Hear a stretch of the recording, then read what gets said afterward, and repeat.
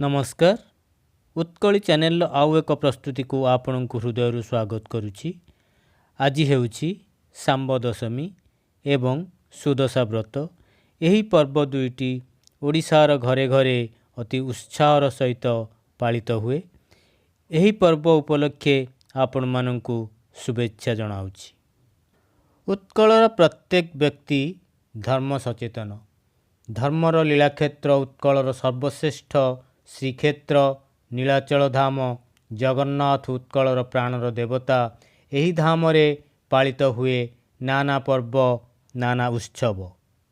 कुहा जाए ओडिशा रे 12 मासरे 13 पर्व। कथाटा एकांत सत्य। वर्षक मध्यरे मासर संख्या मात्र 12, मात्र वर्षक भितरे पालित हुए अनेक पर्वपर्वाणी। उत्कल रे सूर्यंक गति को नहीं सौरमास बैशाखर ही आरंभ हुए। बैशाख संक्रांति हेउछि वर्ष आरंभर दिन। यही दिन ठारू वर्ष शेष हेबा जाए नाना प्रकार पर्वपर्वाणी लगी रही थाए। सूर्य उपासनार पवित्र तिथि हेउछि सांब दशमी।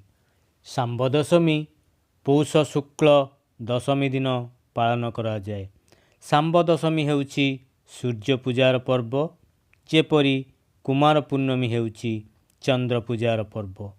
वर्षर 12 मास जाक विभिन्न पर्वपर्वाणी पालित हेउथिले मध्य मुख्यतः श्रावण अमावास्या बा चिता लागि ठारू पौष शुक्ल दशमी सांब दशमी मध्यरे अधिकांश पर्व पालित होइथाए। एही समय मध्यरे पालित हेउथिबा पर्वपर्वाणी रे एथिपाई गाउँली ढग रहिछि, यथा अइला चितौ नानी, 12 ओषा पर्व संगरे घेनी, संबर दशमी अलणा दाऊ, सबु ओषा बार एइठी थाऊ। सांब दशमी को चांद्रमान वर्षर शेष पर्व कहिबार तात्पर्य हेउछि एहा परे चिता लागि अमावास्या पर्यंत प्राय 6 मास पर्यंत आउ एते पिठापणार पर्व पड़े नाही। ओडियांक सुस्वादु सुमिष्ट तृप्तिकर खाद्य प्रस्तुति दक्षतार असल निदर्शन कथा अछि। संबर दशमी रे मनीष गोटिए को पिठा गोटिए। कृषि प्रधान ओडिशा राज्य रे ए समय पनीपरिवार प्राचुर्यर समय।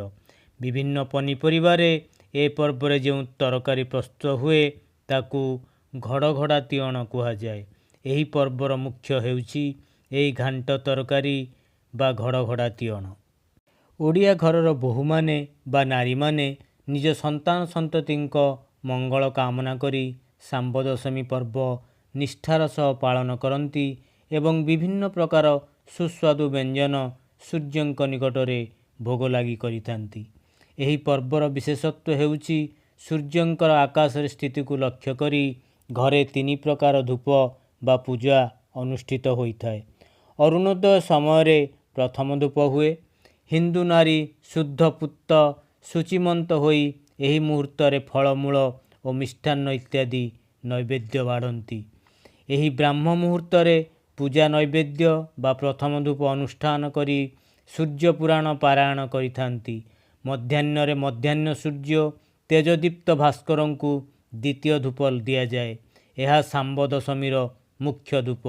एथिरे गईठा अटकाली विभिन्न प्रकार पिठा खेचुड़ी घड़घड़ा तियण आदि भोग हुए। शेष धूप बा तृतीय धूप हेउछि संध्या समयर अस्ताचलगामी सूर्यदेवंक निमित्त। एही धूपरे मध्य एंडुरी काकरा मालपुआ गजा आदि नैवेद्य अर्पण करा जाइथाए। एही सांब दशमीर पौराणिक दिगटी हेला। सांब पुराण हेउछि सूर्य पुराणर अंतर्गत। एही उपपुराण सांब पुराण रे सांब दशमीर तात्पर्य वर्णित। एही सांब पुराण देवर्षि नारद श्रीकृष्ण जाम्बवती पुत्र सांबंकु शुणाइछन्ति। सांबानु नाम अनुसारे एही दशमी को सांब दशमी, गाँ गहल रे संबर दशमी कुहा जाए। कथित अछि श्रीकृष्णंक सबुपुत्र मध्यरे जाम्बवती गर्भजात सांब अत्यंत सुंदर थिले। दुर्योधनंक कन्या लक्ष्मणांकु सांब अपहरण करी आनिले। बलरामक सहायतारे सांब विवाह कले दुर्योधन पुत्री लक्ष्मणांकु। अंतपुर मध्यरे ଶ୍ରୀକୃଷ୍ଣ ସତ୍ୟଭାମାଙ୍କ ସହ ପ୍ରେମାଳାପରେ ମଗ୍ନ ଥିବାବେଳେ ଦ୍ୱାରଦେଶରେ ଶାମ୍ବଙ୍କୁ ଜଗାଇ ଆଦେଶ ଦେଇଥିଲେ କାହାକୁ ଅନ୍ତପୁରକୁ ନ ଛାଡ଼ିବା ପାଇଁ। ଏହି ସମୟରେ ମହର୍ଷି ଦୁର୍ବାସା ଦ୍ୱାରଦେଶରେ ଉପନୀତ ହୋଇ ଶ୍ରୀକୃଷ୍ଣ ଦର୍ଶନ ଚାହିଁଲେ। ଶାମ୍ବ ଭୟଭୀତ ହୋଇ ଶ୍ରୀକୃଷ୍ଣଙ୍କୁ ଡାକିଦେଲେ। ଶ୍ରୀକୃଷ୍ଣ ଶାମ୍ବଙ୍କୁ କୁଷ୍ଠରୋଗ ହେବା ନିମନ୍ତେ ଅଭିଶାପ ଦେଲେ। ଶ୍ରୀକୃଷ୍ଣ ପୁତ୍ରକୁ ଅଭିଶାପ ଦେଇ ଅନୁତପ୍ତ ହୋଇ ଦୁର୍ବାସାଙ୍କୁ ପୁତ୍ର ଶାମ୍ବର କୁଷ୍ଠ ମୁକ୍ତି ଉପାୟ ପଚାରିବାରୁ ଦୁର୍ବାସା ଅର୍କକ୍ଷେତ୍ର କୋଣାର୍କ କଥା କହି ଶାମ୍ବଙ୍କୁ ସେ କ୍ଷେତ୍ରରେ ସୂର୍ଯ୍ୟ ପୂଜା କରିବା ପାଇଁ ନିର୍ଦ୍ଦେଶ ଦେଲେ। ଦେବର୍ଷି ନାରଦଙ୍କ ସହ ଶାମ୍ବ ପୁଣ୍ୟଧାମ ଚନ୍ଦ୍ରଭାଗା ତୀରରେ ପ୍ରବେଶ କଲେ। ସେହିଦିନ ଥିଲା ପୌଷ ମାସ ଶୁକ୍ଳପକ୍ଷ ଦଶମୀ ତିଥି। ସେଠାରେ ସୂର୍ଯ୍ୟଙ୍କ ପୂଜାରାଧନା କଲେ। ସୂର୍ଯ୍ୟଙ୍କୁ ଚାହିଁ ଚାହିଁ ତପସ୍ୟା କଲେ। ଶାମ୍ବ ଚନ୍ଦ୍ରଭାଗା ନଦୀ କୂଳରେ ତପସ୍ୟା କରି ସୂର୍ଯ୍ୟନାରାୟଣଙ୍କୁ ବା ପ୍ରଭୁ ଆଦିତ୍ୟ ନାରାୟଣଙ୍କର ଏକ ମଣି ବିଗ୍ରହ ପାଇଥିଲେ। ତାଙ୍କରି ଆଶୀର୍ବାଦ ବଳରେ ଶାମ୍ବ ଦୁରାରୋଗ୍ୟ ବ୍ୟାଧିରୁ ମୁକ୍ତ ହୋଇ ସୁନ୍ଦର ଶରୀର ଲାଭ କରିଥିଲେ। ସେହି କାଳରୁ ଆମ ଦେଶରେ ଶାମ୍ବ ଦଶମୀରେ ସୂର୍ଯ୍ୟଙ୍କର ବ୍ରତ ପାଳନ ଓ ପୂଜାର ପ୍ରଚଳନ ରହିଛି। ସେହିପରି ଶୁକ୍ଳପକ୍ଷ ଦଶମୀ ତିଥି ଗୁରୁବାରରେ ପଡ଼ିଲେ ତାହା ସୁଦଶା ବ୍ରତ ରୂପେ ପାଳିତ ହୁଏ। ଏଥିରେ ଲକ୍ଷ୍ମୀଙ୍କୁ ପୂଜା କରାଯାଏ। ସୁଦଶାର ଅର୍ଥ ଭଲ ସମୟ, କିନ୍ତୁ ପଲ୍ଲୀ ମାନସରେ ସମ୍ଭବତଃ ସୁଦଶା ଶବ୍ଦ ସହିତ 10 ସଂଖ୍ୟାଟି ସଂଯୋଜିତ ହୋଇ ଆସିଅଛି।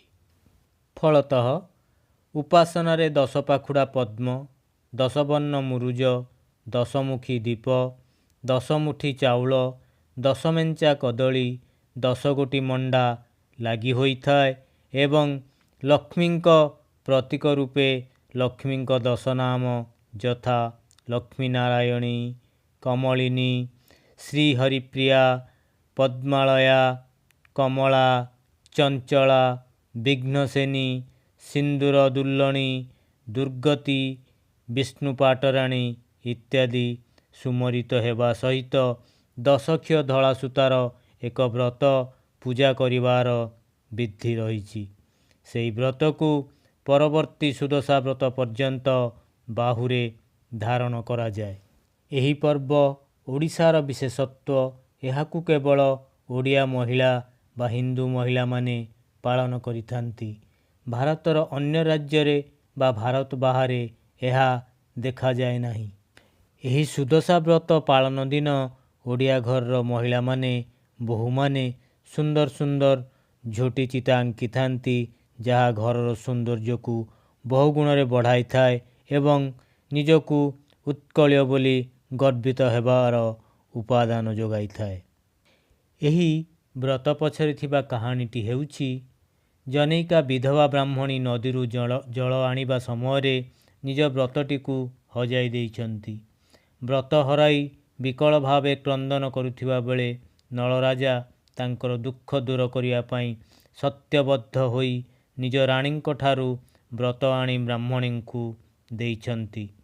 ବ୍ରତଟି ଲକ୍ଷ୍ମୀଙ୍କ ପ୍ରତୀକ ହୋଇଥିବାରୁ ବ୍ରତଦାନ କଲେ ଲକ୍ଷ୍ମୀ ଛଡ଼ା ହେବାର କଥିତ ଥିବାରୁ ରାଣୀ ଅତ୍ୟନ୍ତ କୁଣ୍ଠାର ସହ ବ୍ରତଟିକୁ ଦେଇଛନ୍ତି। ବ୍ରତଦାନ ପରେ ତାଙ୍କର ସକଳ ସମ୍ପଦ, ସୁଖ, ଐଶ୍ୱର୍ଯ୍ୟ ଅପହୃତ ହୋଇ ରାଜା ଓ ରାଣୀ ଲକ୍ଷ୍ମୀ ଛଡ଼ା ଓ ଶ୍ରୀହୀନ ହୋଇପଡ଼ିଛନ୍ତି।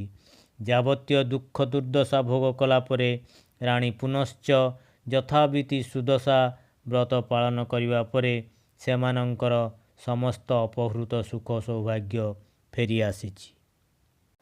ମା ଲକ୍ଷ୍ମୀଙ୍କ ଅପାର କରୁଣା ସମସ୍ତଙ୍କୁ ପ୍ରାପ୍ତ ହେଉ। ସମସ୍ତଙ୍କ ଘର ଧନଧାନ୍ୟରେ ପୂରି ଉଠୁ, ଏତିକି କାମନା କରୁଛି। ଉପସ୍ଥାପନଟି ସମୟ ଦେଇ ଦେଖିଥିବାରୁ, ଶୁଣିଥିବାରୁ ଆପଣଙ୍କୁ ହୃଦୟରୁ କୃତଜ୍ଞତା ଜ୍ଞାପନ କରୁଛି। ଉପସ୍ଥାପନଟି ଯଦି ଭଲ ଲାଗେ ତେବେ ଚ୍ୟାନେଲକୁ ଲାଇକ୍, ସେୟାର, ସବସ୍କ୍ରାଇବ୍ କରନ୍ତୁ। ଧନ୍ୟବାଦ। ବନ୍ଦେ ଉତ୍କଳ ଜନନୀ।